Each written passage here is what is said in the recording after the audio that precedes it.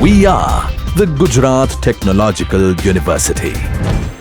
Since its inception over a decade ago, GTU has been empowering young and curating minds to realize their true potential. Over 4 lakh inspired students are enrolled with one of the premier academic universities in India.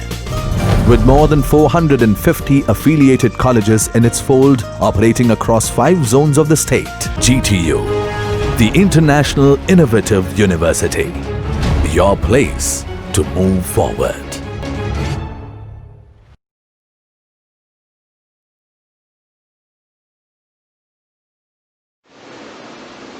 Hello dear friends, myself is Roshni Parikh and today we are going to learn about the superposition theorem. Now what is the statement of superposition theorem? So when there are more than one energy sources in any network and if you want to find out the value of a branch current, at that time it is the algebraic sum of the current which is flowing through it when each energy sources is considered separately and other sources are replaced by its internal resistance if any. Let's understand the superposition theorem by taking or by solving one simple network. Now before start to learn about the easy steps of a superposition theorem, you should keep in mind that if there are more than a voltage source is given at that time, take a one voltage source at a time, means consider a one voltage source at a time in a network and replace the other voltage source by its internal resistance. And if internal resistance of voltage source is not given at that time, that voltage source is set to 0, means it is directly short circuited. Same way, if there are more than one current sources in the network, at that time consider a one current source at a time and replace the other current source by it gets a open circuited. Now let's take a one example. See here one simple network is given which having a two voltage sources V1 and a V2 and having a 3 resistance which is labeled as the R1, R2 and the R3. Suppose if you want to find out the value of a current passing through the branch BE, suppose if you want to find out the value of a current passing through the branch BE. Now what is the steps of using the superposition theorem or by apply the superposition theorem? Then in a step number 1, always consider one source at a time and replace the other source by its internal resistance. Here 2 voltage sources are there. So always consider one source at a time. Now in a step number 1, consider V1 and replace V2 by its internal resistance.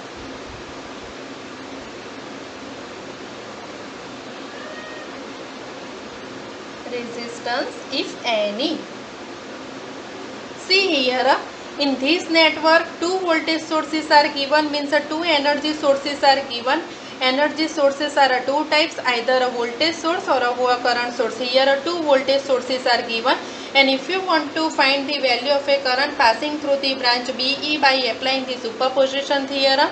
So in a superposition theorem, consider one source at a time and replace the other sources by its internal resistance. So first of all consider only a V1 in the circuit and replace the V2 by its internal resistance. See here internal resistance of V2 is not given, so it is directly short circuited. So my circuit will be like this. Okay, here only V1, here R1, R2,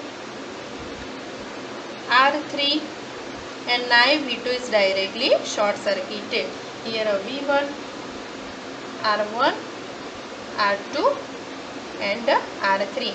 A, B, C, D, E, F. Now next procedure is to find out the value of a current passing through the branch BE by applying the division of current rule. So now see here I, that is the total current which is supplied from the voltage source V1. Now total current I is divided into two branch. Means suppose that my circuit will be like this. Okay, here R1, here R2,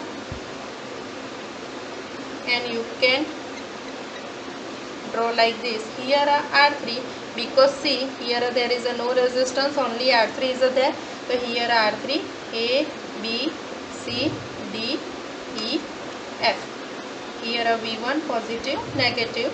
So see here R3 is parallel to R2, and here I, that is the total current supply through the your voltage source V1. That current, total current I, is divided into two branch because the here a parallel connection.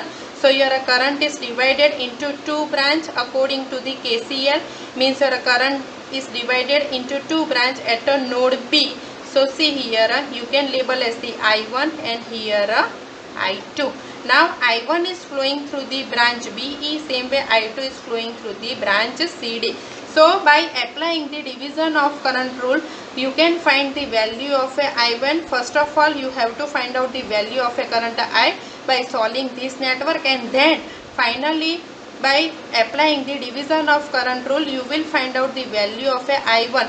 Now what is the I1? So see here I1 is equal to, as per the division of current rule, total current I into resistance of opposite branch, that is the R3, and final divided by algebraic sum of both the resistance R2 plus R3. So this way you can find out the value of a current I1 which is flowing through the branch BE, and when V1 is considered in the circuit and V2 is short circuited. Now step 2,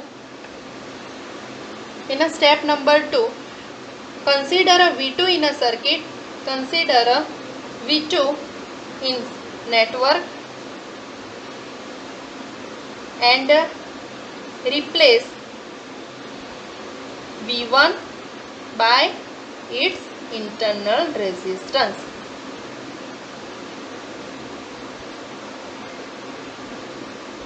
If any.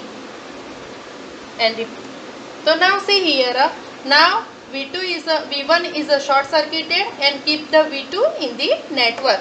So now my circuit will be like this. Okay, here R1, here R2, here R3. Now V2 in the network, keep the V2 in the network. So V2 in the network, here R1, R2, R3, and label as the A, B, C, D, E, F. And now my V1 is set to 0, means directly short circuited because the internal resistance of V1 is not given. So it is considered as a 0. So it is directly short circuited like this. Now follow means repeat the same procedure. So now see here, if I say okay, my current is supplied, I, that is the current which is supplied by the your source V2. So now my circuit is like this. Okay, here R2, here R3, here V2 plus minus, and you can say here R1, A, B, C, D, E, F. Now if I say okay, I, that is the current which is supplied by the source V2, and that I is also divided into the two branch at the node B. So you can say here I1 dash and here I2 dash, or see here you can differentiate the name. See here we have given the total current name, that is the I. So you can say I dash. Here I dash, that is the total current which is supplied by the source V2, and that I1 dash is divided into the two branches at a node B. I1 dash which is flowing through the branch BE, and I2 dash that is flowing through the branch AF. Now finding the value of a I1 dash, and finally you will get the value of a I1 dash by applying the division of current rule. So see here what is the value of a I1 dash. The I1 dash is equal to total current, that is the I dash, into resistance of opposite branch, that is the R1, and algebraic sum of both the branches R1 plus R2. Here equation number 1, here 2. Now total current I which is flowing through the branch BE, that is equal to algebraic sum of both the current I1 plus I1 dash. So this is the superposition theorem.